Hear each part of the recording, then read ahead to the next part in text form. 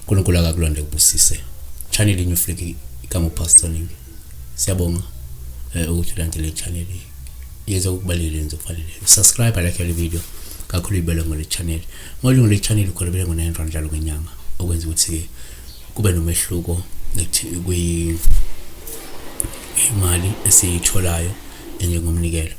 You can also use the account mawufisa ukunikela. Sibhekela udaba olika Sizwe Clean Boy 4232 Sizwe Clean Boy Sizwe Clean Boy. Usawubona pastor, ngiyathemba ke konke kuhamba kahle. Kuchaza ukuthini uphupha kuphuma ixoxo emlonyeni wakho. Naku ke singakusho uma sihlaziya la. Number 1, uma uphupha ixoxo singathatha njengophawu oluhle uma liphuma ngomlomo. Ngasho noma ngachaza ukuphuma kwedliso elesichitho mhlawumbe ngaphakathi uma ukuthi njengamanje kunemithi noma kuneziwasho ozisebenzela ukuzelapha. Ukuthi leli phupho lingavela uma ukuthi njengamanje kuneyimbiza kuneyiwasho oyisebenzisayo ukuzama ukuyihlanza kuyiklina ngaphakathi bese ukuphupha wena kuphuma into eyixoxo ngomlomo. Ukuthi kusebenza le mithi nalami effective le oyisebenzisayo ukuyiklina nokuzelapha. Yabona Isaiah 38:21 uIsaiah wathi ke mabathathe isigaqa samakhiwane basibeke ethumbeni uyakusinda. Shula kukhunywa ngento eyikhambi elenziwa ukuze kusinde lo wayeku. Number 2, uma uphupha futhi ixoxo singaphinde sithi nje uphawu hluma liphuma ngomlomo lungasho ukuphuma kwedliso lesichitho ngaphakathi ngenxa yokukhala nemkhuleko yakho yokuthi uNkulunkulu angenelele futhi akukhulule.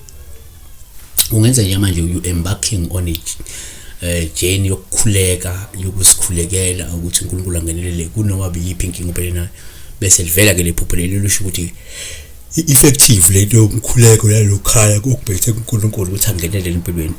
Exodus 18:11 amasele ayakusuka kuwe nasezindlini zakho nasezincikweni zakho nakubantu bakho asale emfuleni kuphela. Yabona ke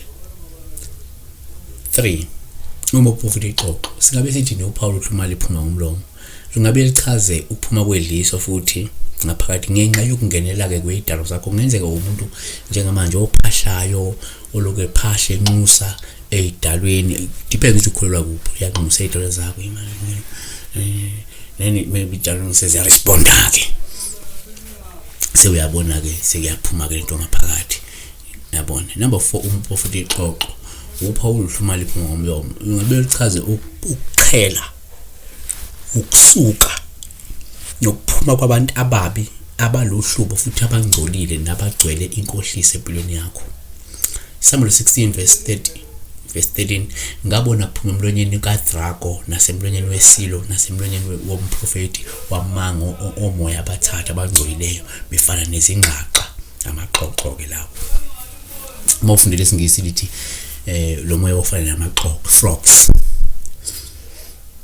Ngenzeka ukuqhela abantu ababi, ngenzeka banabantu ababa abaphumayo ngamanje, ngenzeka ulahlwa intombi yakho embi clean boy yakulahla yasuka kuwe manje iyaqhela kufa kanti bimbi ngalungile noma ukuqhela abangani bakhe ababa bathile basuka noma abantu abathile abobeza nomoya omubi empilweni yakho baqhela bebeze nemikhuba emibi abantu abangcolile.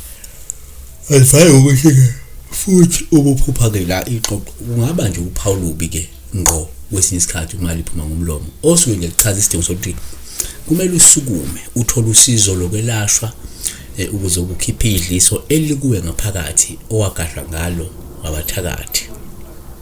Exodus 8:7 izanusi zenze njalo ngemlingo yazo zenyusela amasele ezweni laseGibhithe.